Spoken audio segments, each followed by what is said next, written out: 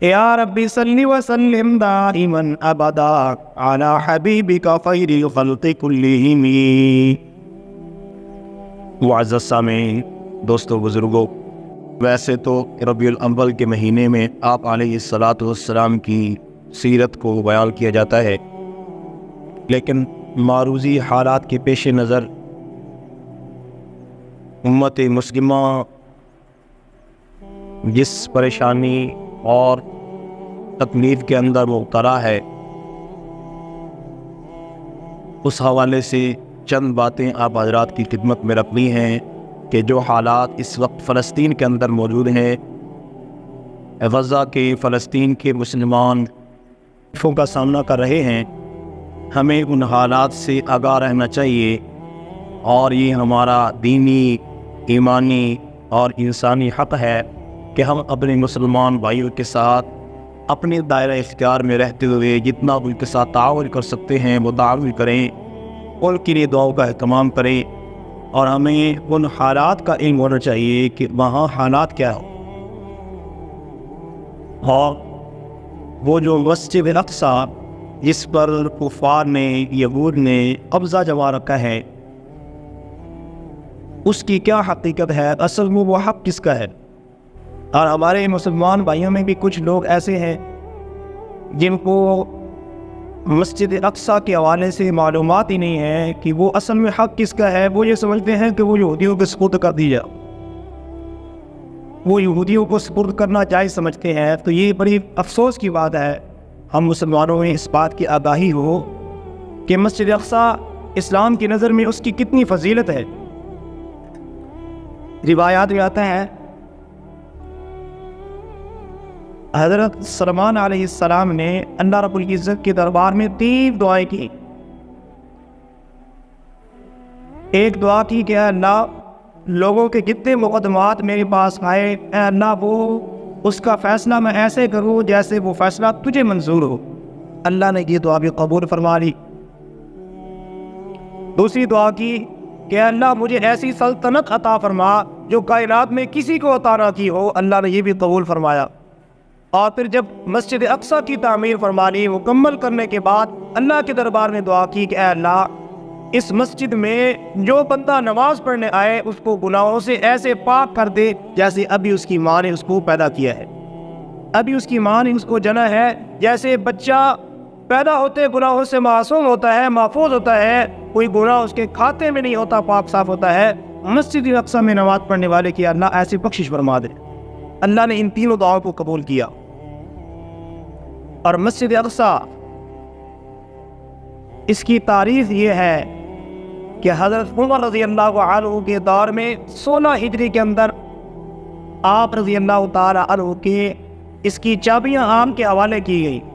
اس کا لمبا تفصیلی واقعہ ہے کہ وہاں کا جو حاکم تھا اس نے یہ مطالبہ کیا کہ میں یہ چابیاں اور کسی کے حوالے نہیں کروں گا، جو وقت کا امیر المؤمنین ہے میں اس کے حوالے کروں گا۔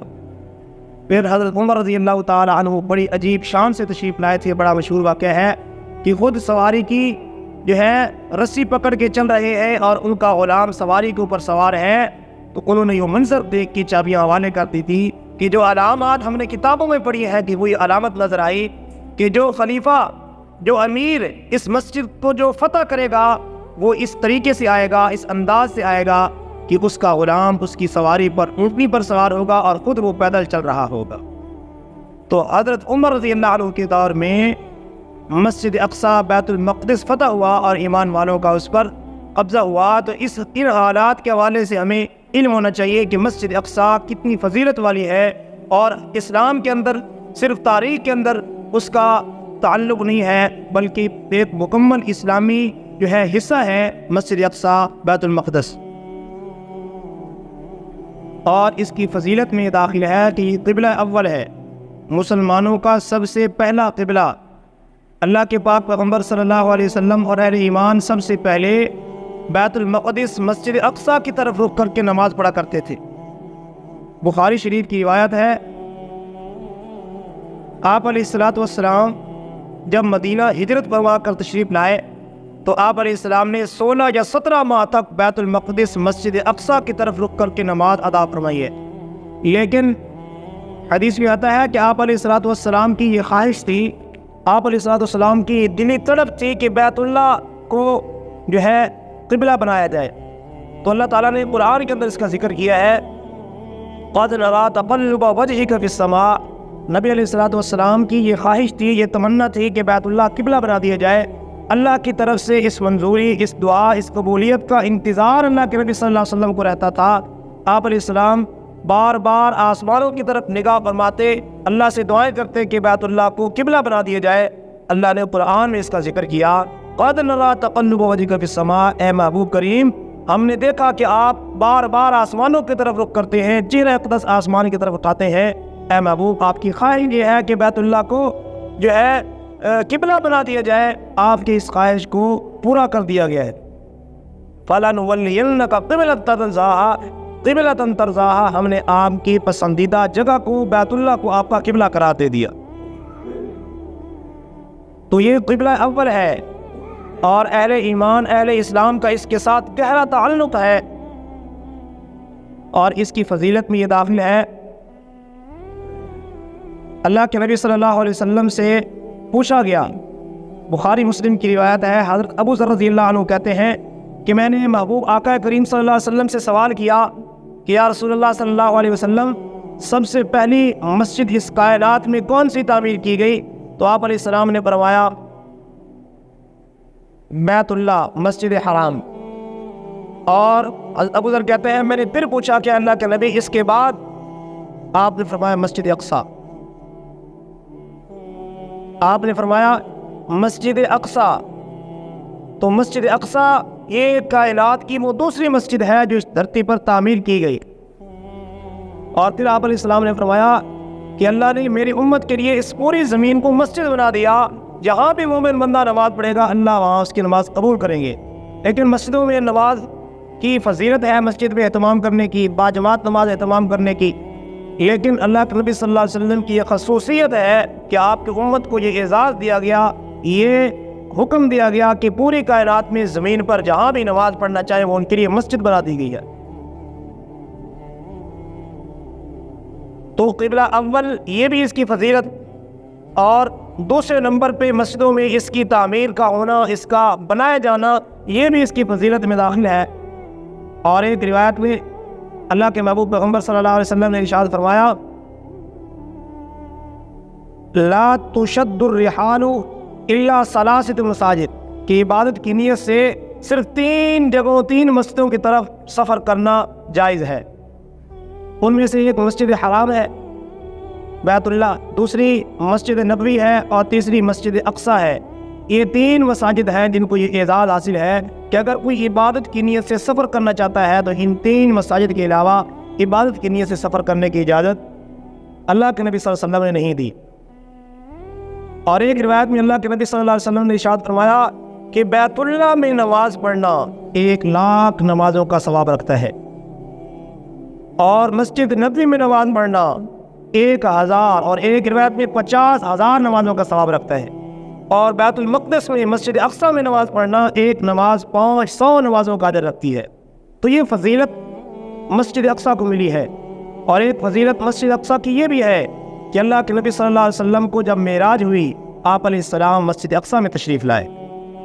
معراج کے موقع میں، معراج کے بیانات میں اللہ کے نبی صلی اللہ علیہ وسلم کی معراج کے حوالے سے جب گفتگو ہوتی ہے تو مسجد اقصیٰ کا ذکر آتا ہے۔ اللہ نے قرآن میں اس کا ذکر کیا ہے، سبحان الذی اسریٰ بعبدہ لیلا من المسجد الحرام الی المسجد الاقصی الذی بارکنا حولہ لنریہ من آیاتنا، کہ پاک ہے وہ ذات جس نے اپنے محبوب کریم صلی اللہ علیہ وسلم کو راتوں رات مسجد حرام سے مسجد اقصیٰ کی سیر کروائی، اور وہ مسجد اقصیٰ جس کے ارد گرد کی جگہ کو اللہ نے بابرکت بنا دیا۔ علماء نے اس کی بابرکت ہونے میں 2 باتیں لکھی ہیں، فرماتے ہیں کہ اس کے بابرکت ہونے کی ایک وجہ تو یہ ہے کہ اس کے ارد گرد کا علاقہ، اس کے لوگ اور اس کی کھیتی باڑی سب کو اللہ پاک نے بابرکت بنا دیا ہے۔ اور دوسری بابرکت ہونے کی وجہ یہ ہے کہ یہ سرزمین جو کہلاتی ہے انبیاء کی سرزمین، کتنے نبیوں نے یہاں عبادت کی ہے، کتنے نبیوں نے یہاں رہائش اختیار کی ہے۔ تو اس کی بابرکت ہونے کی ایک وجہ یہ بھی ہے کہ یہاں اللہ کے بے شمار نبیوں نے قیام فرمایا ہے، یہاں مسجد اقصیٰ میں عبادت کی ہے۔ اگر اسلامی تاریخ کا مطالعہ کیا جائے تو بعد میں انبیاء کے آنے کے بعد بھی جو آپ علیہ السلام کے صحابہ کرام ہیں رضوان اللہ علیہم اجمعین، انہوں نے بھی وہاں قیام کرنے کو پسند کیا ہے، اور صحابہ کے بعد تابعین، محدثین، فقہاء، علماء، بزرگ، انہوں نے بھی وہاں جانا پسند کیا ہے۔ کیوں؟ اس لیے کہ اللہ پاک نے اس جگہ کو بابرکت فرمایا، بارکنا حولہ لنریہ من آیاتنا، کہ اللہ پاک نے اس مسجد اقصی اور ارد گرد کی جگہ کو بابرکت بنا دیا۔ اور اس جگہ کے لیے، شام کے لیے، اللہ نے، روایات میں آتا ہے کہ اللہ نے فرمایا کہ یہ میری محبوب اور پسندیدہ جگہ ہے۔ تو اسلام کی تاریخ کے، اسلام کے شاعر کے ساتھ اس جگہ کا بڑا گہرا تعلق ہے۔ تو ایمان والوں کو چاہیے کہ اس سے آگاہی رکھیں، اس کے ساتھ اپنا تعلق رکھیں کہ مسجد اقصی، اس پر جو حق ہے وہ مسلمانوں کا حق ہے۔ اب وہاں پر جو موجودہ حالات ہیں، یہودیوں نے وہاں پر ناجائز قبضہ جما رکھا ہے، وہاں کے رہنے والے مسلمانوں پر جو ہے ظلم و ستم کے پہاڑ توڑے جاتے ہیں، مسلمانوں کی نسل کشی ہو رہی ہے، ان کے گھروں کو تباہ کیا جا رہا ہے۔ حالیہ خبروں کے مطابق اب اسرائیلی جو ہے اہلکاروں نے غزہ کی جو پٹی ہے اس کو پورا اس کا محاصرہ کر لیا ہے۔ اب وہاں کے مسلمانوں پر وہ بمباری کر رہے ہیں، قتل و غارت کر رہے ہیں، اور وہاں کی مسلمان جو ہے پریشان حال ہے۔ تو اس موقع پہ امت مسلمہ کی ذمہ داری ہے کہ اپنے مسلمان بھائیوں کے لیے دعاؤں کا اہتمام کریں، اور اپنے دائرہ اختیار میں رہتے ہوئے جتنا ان کے ساتھ تعاون کرتے ہیں ان کو تعاون کرنا چاہیے۔ اور جو مسلمان حکمران ہیں، صاحب اقتدار ہیں، جن کو اللہ پاک نے اقتدار دیا ہے، طاقت دی ہے، سب چیزوں سے نوازا ہے، ان کا یہ حق بنتا ہے کہ اپنی مسلمان بھائیوں کے پیچھے کھڑے ہو جائیں، ان کے جو ہے کمر کو مضبوط کرنے والے بن جائیں، اور ان کے جو حقوق ہیں اقوام متحدہ سے اور جو دنیا کی طاقتیں ہیں ان سے اپنے فلسطین بھائیوں کے حقوق دلوا کی اس کی کوشش کریں گے۔ ہمارے مسلمان بھائیوں کے جو حقوق ہیں وہ ان کو ملنے چاہیے۔ میرے بھائی، اس جگہ کا، فلسطین کا، ایک تاریخی پس منظر ہے۔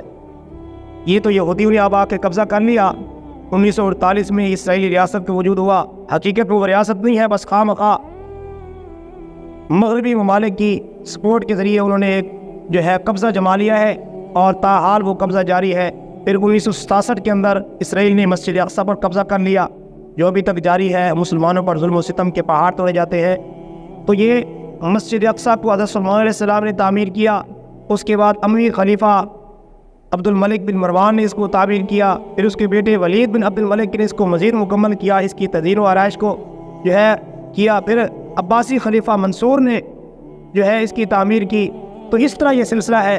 پھر جو ہے ایک وقت تھا کہ عیسائیوں نے اس پر، صلیبیوں نے پہلی صلیبی جنگ کے بعد اس پر قبضہ کر لیا، پھر سلطان صلاح الدین ایوبی نے اس کو آزاد کروایا، اور وہاں پر جو عیسائیوں نے، نصارہ نے اپنی نشانیاں، اپنی علامات بنا لی تھی، ان نشانیوں سے، ان علامات سے صلاح الدین ایوبی رحمہ اللہ نے آزاد کیا، اس کو پاک صاف کیا، اور اس کے اندر محراب، منبر تعمیر کیے۔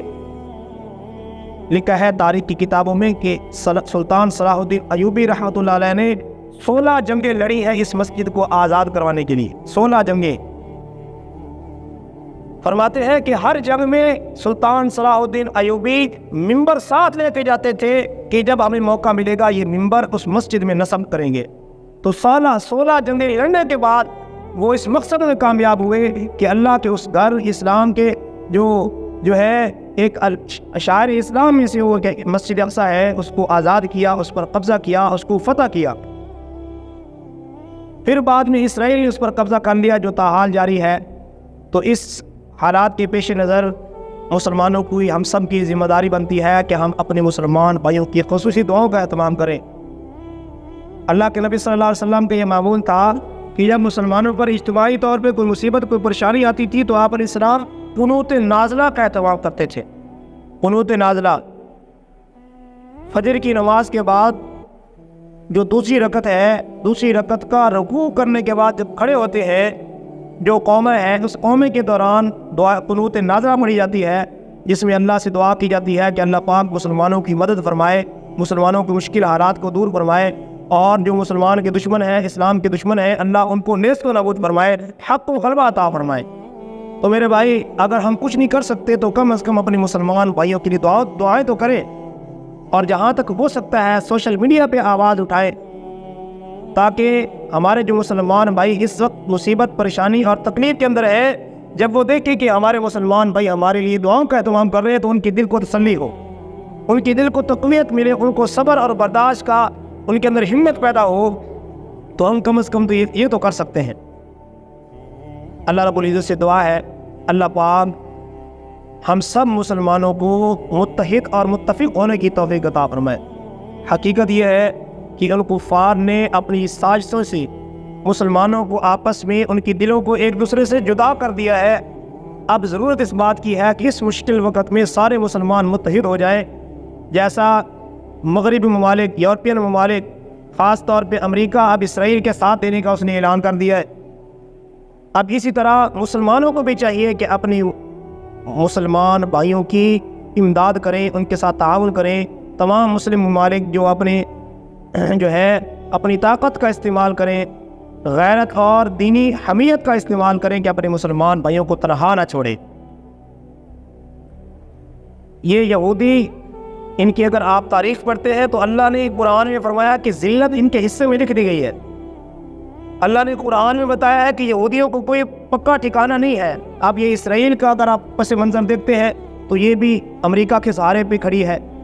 امریکہ نے اس کو وثاقیاں فراہم کی ہے، ان وثاقیوں کے سہارے پہ کھڑی ہے۔ اگر امریکہ، یورپین ممالک، مغربی ممالک ان سے اپنی سپورٹ ختم کر دے تو یہ دھڑام سے نیچے گر جائے گی، کیونکہ اللہ نے قرآن میں یہ بتا رکھا ہے کہ یہود قیامت تک ذلت میں زندگی گزاریں گے، یہ ذلیل ہو کے رہیں گے۔ حضرت عمر رضی اللہ عنہ کے دور میں، اللہ کے نبی صلی اللہ علیہ وسلم کے دور میں ان کے ساتھ کیسا سلوک ہوا، ان کو ملک کو بدر کر دیا گیا، ان کو دھکے کھانے پڑے۔ ان کو حضرت عمر رضی اللہ عنہ نے جب بیت المقدس کو فتح کیا تو وہاں پہ ان کو نکال دیا کہ کسی یہودی کو یہاں رہنے کی اجازت نہیں ہے۔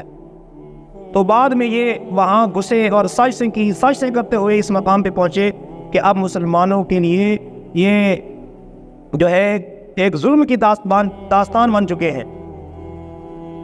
تو اللہ نے اگر مسلمان کھڑے ہو جائیں، متحد ہو جائیں، متفق ہو جائیں تو دنیا کی کوئی طاقت ان کو جھکا نہیں سکتی۔ لیکن افسوس یہ ہے کہ مسلمان آپس میں متحد اور متفق نہیں ہو رہے۔ اللہ رب العزت سے دعا ہے اللہ پاک ہمارے تمام مسلمان بھائیوں کی مدد فرمائے، اور ہمیں دعا کرنی چاہیے، اپنے مسلمان بھائیوں کے لیے فکر کرنی چاہیے، اور اپنے دائرہ اختیار میں رہتے ہوئے جو ہم سے ہو سکتا ہے ان کی مالی معاونت کریں۔ حالات عادرہ میں اب وہاں پر پانی ملنا مشکل ہو گیا ہے، وہاں پر کھانا پینا ملنا مشکل ہو گیا ہے، بیماروں اور زخمیوں کے لیے دوا و دارو کا اہتمام اور وہ چیزیں ملنا مشکل ہو گئی ہیں۔ ہسپتالوں کو، گھروں کو، اسکولوں کو، ساری چیزیں انہوں نے ملیا میٹ کر دی ہیں۔ تو اللہ رب العزت سے دعا ہے اللہ پاک ہم سب کی مدد فرمائے۔ بڑی تکلیف اور پریشانی کا موقع ہے، اور یہ ہماری دینی غیرت کا تقاضا ہے۔ اللہ کے نبی صلی اللہ علیہ وسلم نے کیا فرمایا؟